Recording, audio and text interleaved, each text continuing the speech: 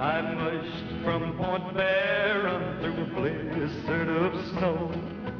Been out prospecting for 2 years or so. Pulled into Fairbanks, the city pulls the boom. So I took a little stroll to the Red Bog Saloon. As I walked in the door, the music was clear. The prettiest voice I had heard in years. The song she was singing made a man's blood run cold. When it's springtime in Alaska, it's 40 below.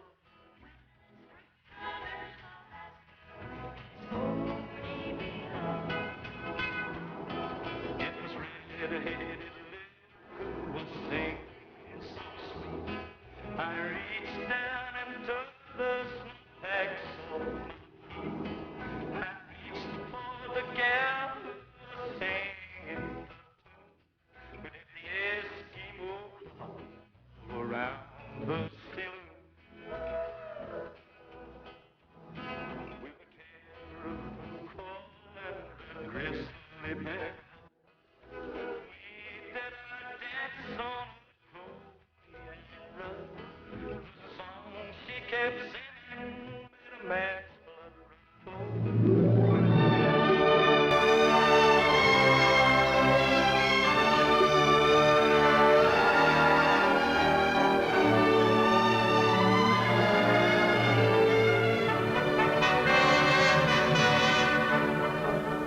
Pat Salvino is off on another of his Alaska adventures.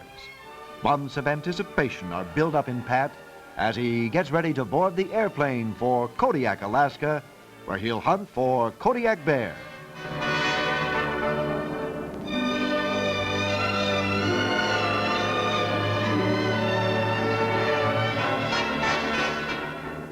It's raining on this spring day as the flight leaves Seattle, but soon it's clear and he has a magnificent view of the Canadian coast on his 3-hour flight to Kodiak Island.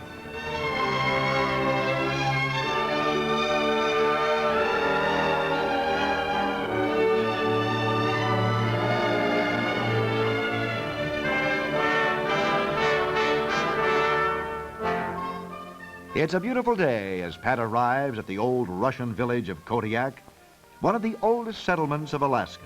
And he plans to check into its only hotel. Most of the population of Kodiak Island lives in the town of Kodiak. Except for a naval base, the economy of the town is built around the fishing industry.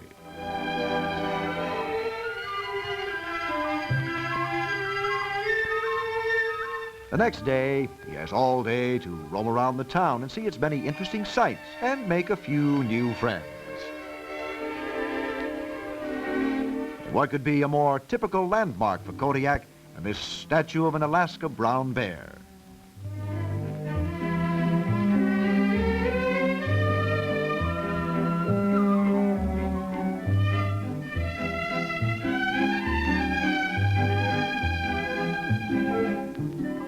Kodiak, with its one main street, is famous for its seafood, especially king crab. But it's also an important commercial fishing center, and its clear, icy waters abound with salmon, trout, halibut, and shrimp.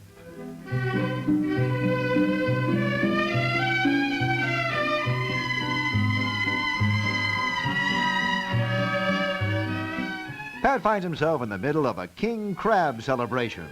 And here the scuba divers are diving for king crab right off one of Kodiak's docks.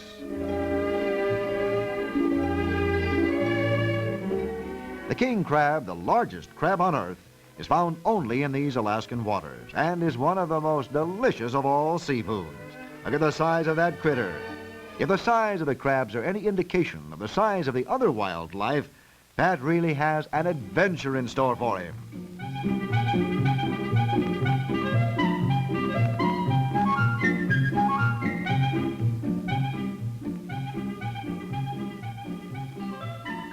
Pat still has a little time left before his bear hunt, so he samples the fishing.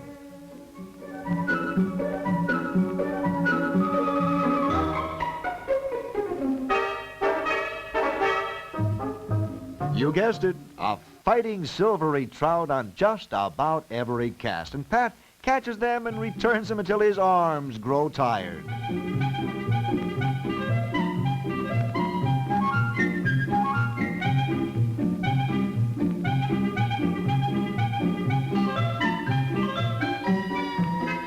Say, isn't that a beauty?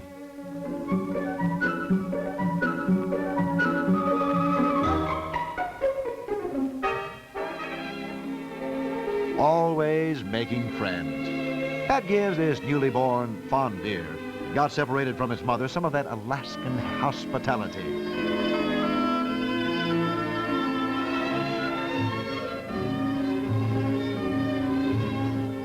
Kodiak Island is located in the Gulf of Alaska, separated from the Alaska mainland by the Shelikof Strait, and is most famous as the home of the giant Kodiak Bear. It's believed to have come over from Asia when the two countries were connected.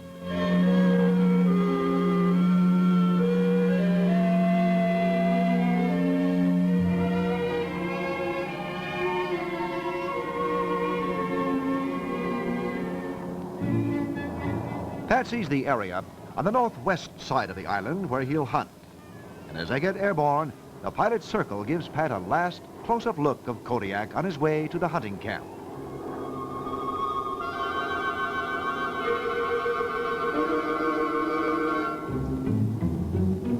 The warm spring sun is rapidly melting the winter snows, and it's these warm temperatures that bring the giant Kodiak Bear out of his long winter sleep. So he'll now be able to find enough food to satisfy his enormous appetite.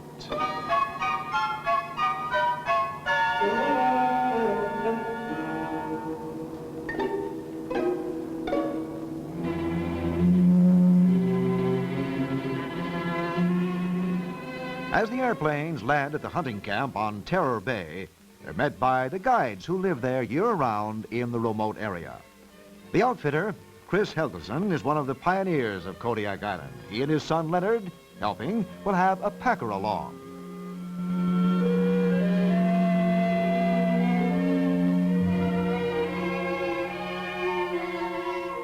Now, this isn't exactly red carpet service, but it's the best they can do with the facilities available.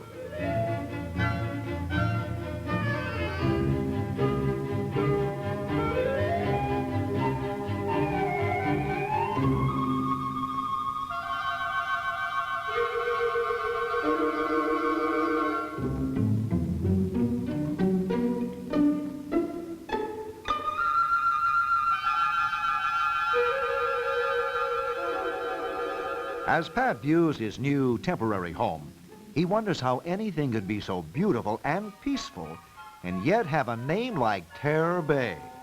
But he's told by his guide that it isn't always quite so peaceful as today.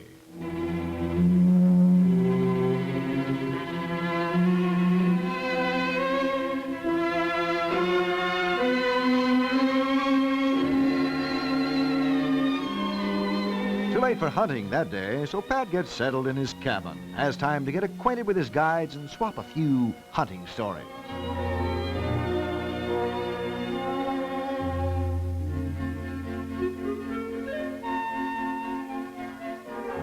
Anxiety is built up to its maximum as the day arrives that Pat's been waiting for. After they're out, it's not long before they spot their first bears feeding on the nearby salmon streams. That's a mother and two cubs. Fine to look at and okay for pictures, but not for shooting.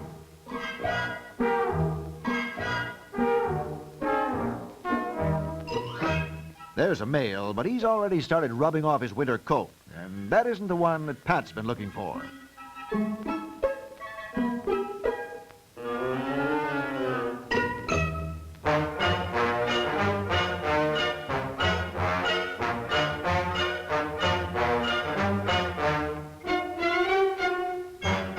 They're good fishermen, but even a bear don't get a fish every cast. Kodiak's many fish-producing rivers are the chief source of food for the bear. This fatty diet is part of the reason why the Kodiak is one of the biggest bears on Earth.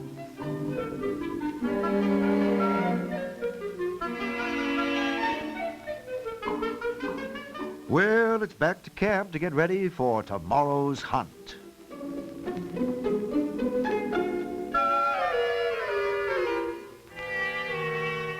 In the days that follow, Pat and his guides, Chris and Leonard Helgeson, will cruise many a saltwater bay and inlet and all the northwestern shore of Kodiak Island.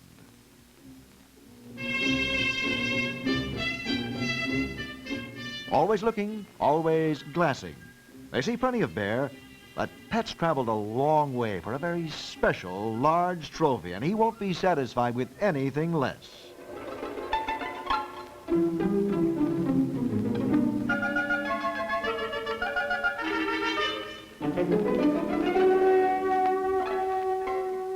They look that one over for a long time, but decide to pass it up.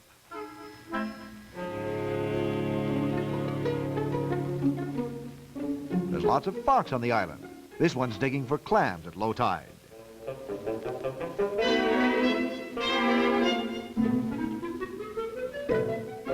Now they've spotted something real interesting. It looks like the one that they've been looking for. It's a giant male, high up there on that ridge, right in the snow. That's the type of bear that Pat's traveled these thousands of miles to see. And now, the stalk begins.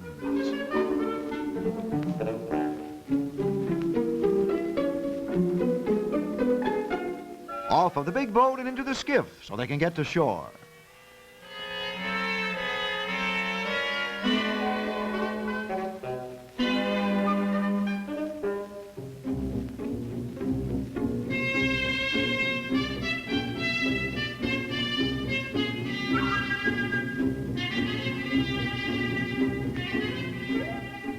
The picnic's over now, and some of this walking can get just a little bit rough.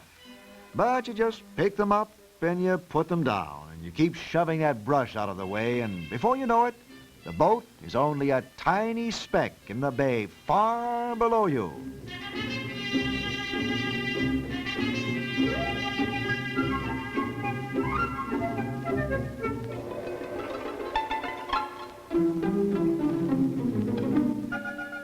The bear probably won't move much at this time of the day.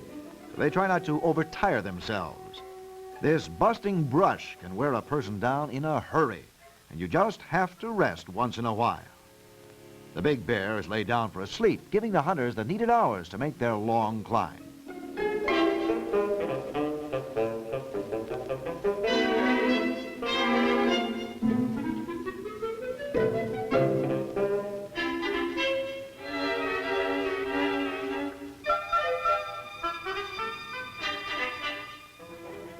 The bear must have gotten the wind of them. It looks like he's off. You better hurry, Pat, because if he gets away now, you may never see him again.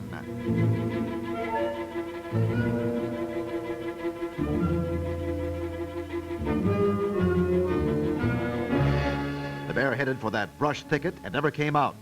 That means that Pat and the guide will have to move in carefully and may have to work at close quarters.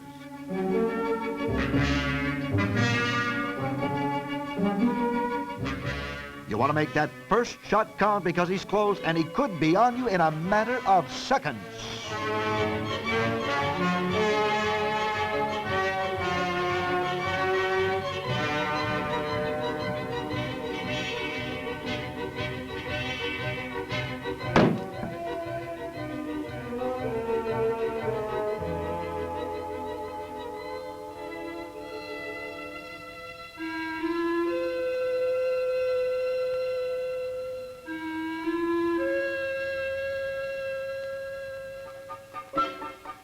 Pat signaled that the shot was good and the bear down.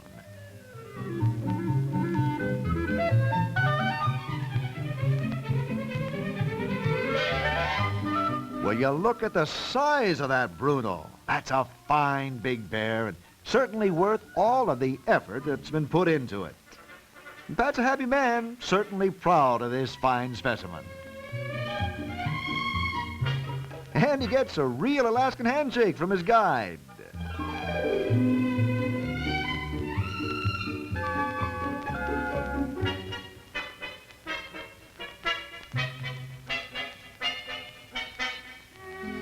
Look at that set of teeth.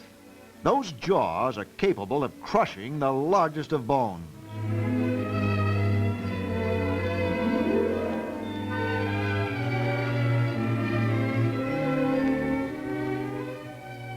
Well, the day's hunting paid off well, and the long trip up the mountain was well worth it for a trophy like that.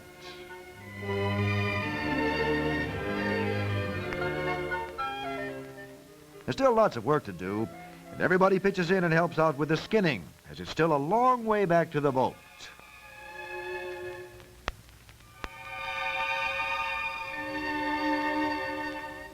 Now the work really begins. There's well over 1,000 pounds in that carcass. Say,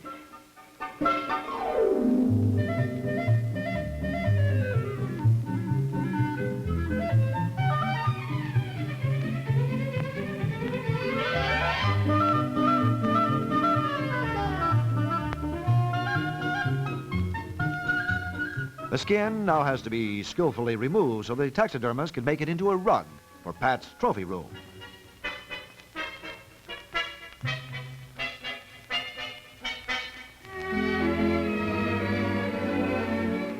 While skinning out the bear, Pat's bullet's found. It went clear through and laid in the hide on the other side. That means perfect bullet performance. All the energy of that slug was distributed through the body.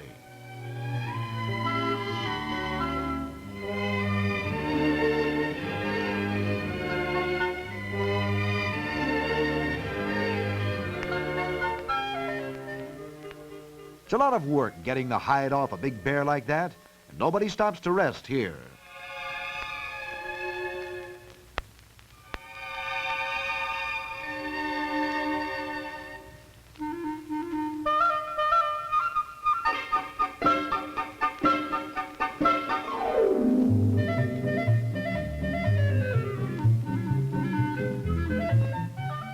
The hide is off, and the toughest part of the job is done.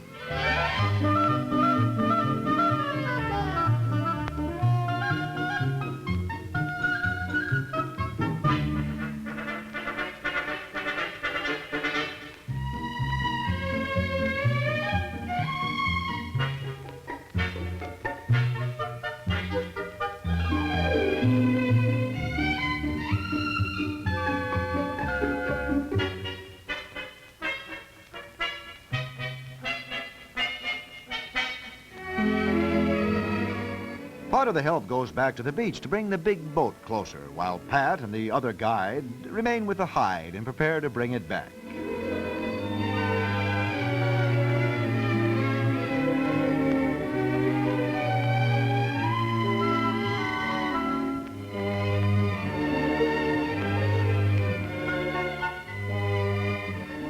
It's necessary to clear some of that brush to make a path for the packer.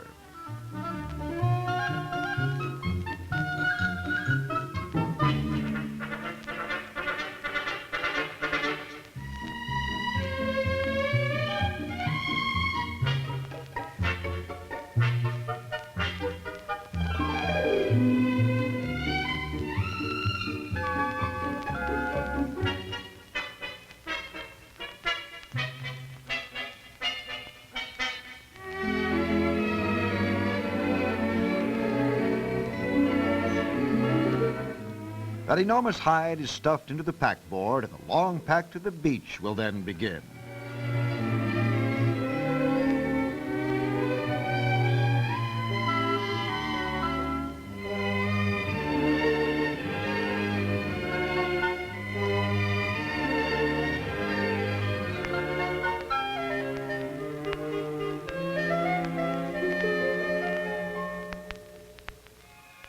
That ain't no picnic, Mac.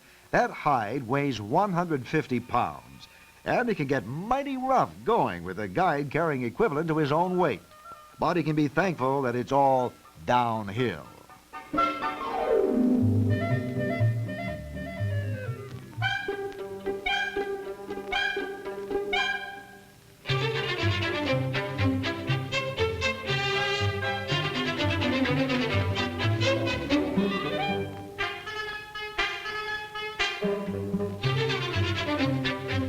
It was a tough hunt, but that's the kind you have the fondest memories of.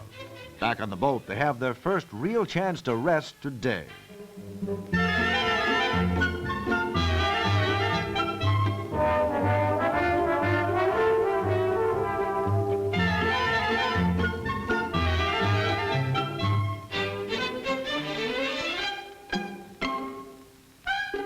It's a beautiful trip back to camp. That black-tailed deer hardly even notices the boat full of happy hunters.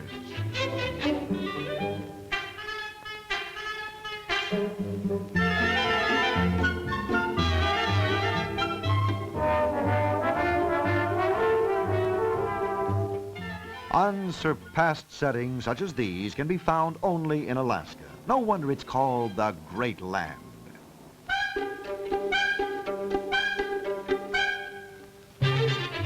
The days are long in Alaska at this time of the year, and the sun is just setting as the hunters return home.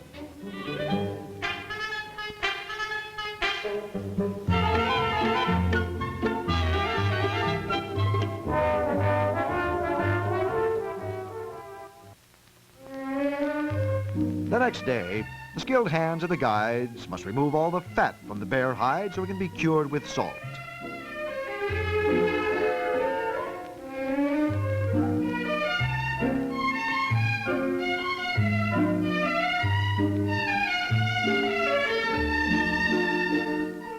The meat is cut away from the skull because Pat wants to keep it as an extra souvenir.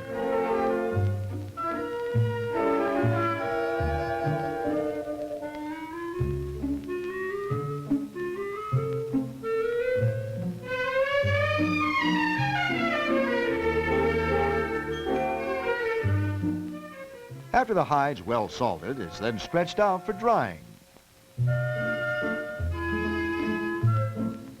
Now you can see its true size. It's a 10-footer. No wonder Pat Salvino has such a big smile.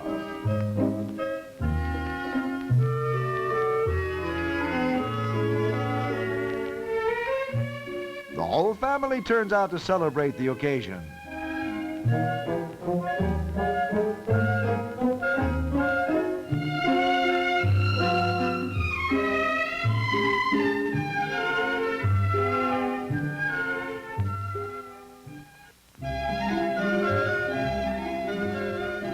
It's a sad moment when the airplanes return for Pat and he has to say goodbye to his friends.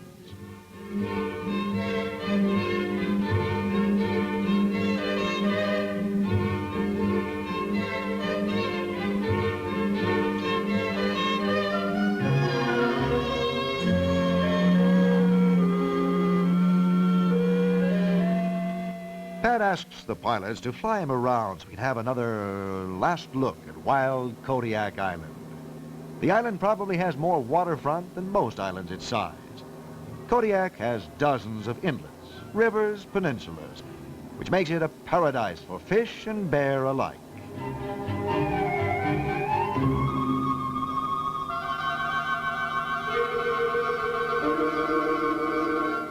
If you ever wondered about the speed of the Kodiak Bear, just watch that one go up that hill.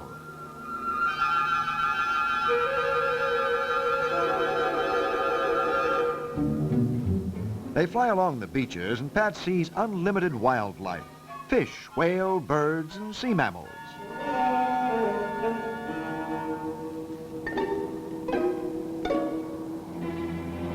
Look at those sea lions. There must be hundreds and hundreds of these giant specimens that weigh up to 1,000 pounds.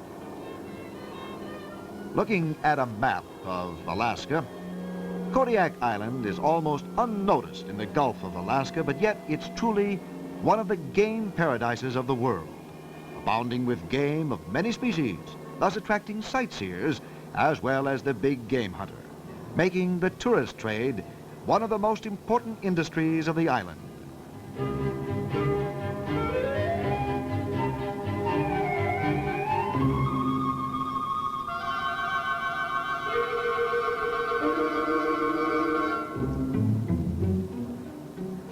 As they approach Kodiak, Pat's pilot tells him that the city was first founded by the Russians and that many of their landmarks can still be seen and that there are numerous Russian names and descendants of these early settlers still live there.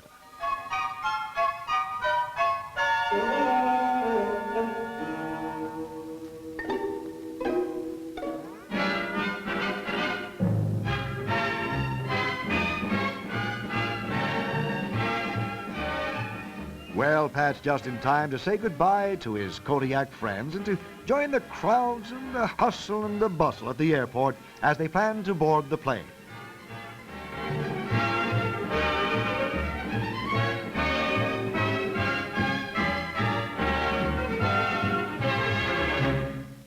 On Pat's first trip to Kodiak, he made friends with a military officer, and by coincidence, he's able to ride to Anchorage on the same flight with this officer that's being transferred.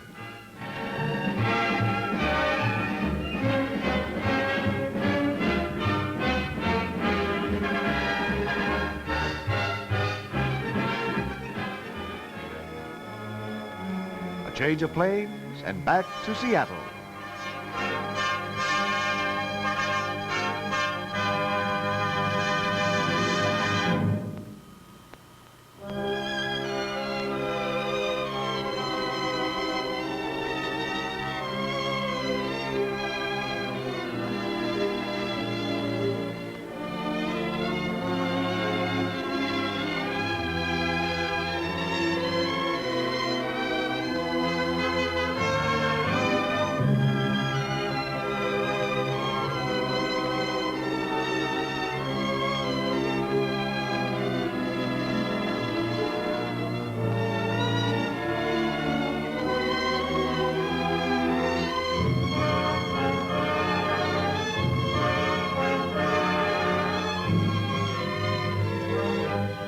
Pat Salvino is a veteran of many big game hunts. Every hunt thrilling and unforgettable. But even so, Pat has many reminders of these adventures. He can sit down and let his thoughts wander back to Kodiak Island, to those beautiful bays and inlets and mountains and rivers, and to the hardships and enjoyments of the hunt. The special feelings and memories that only the big game hunter can know.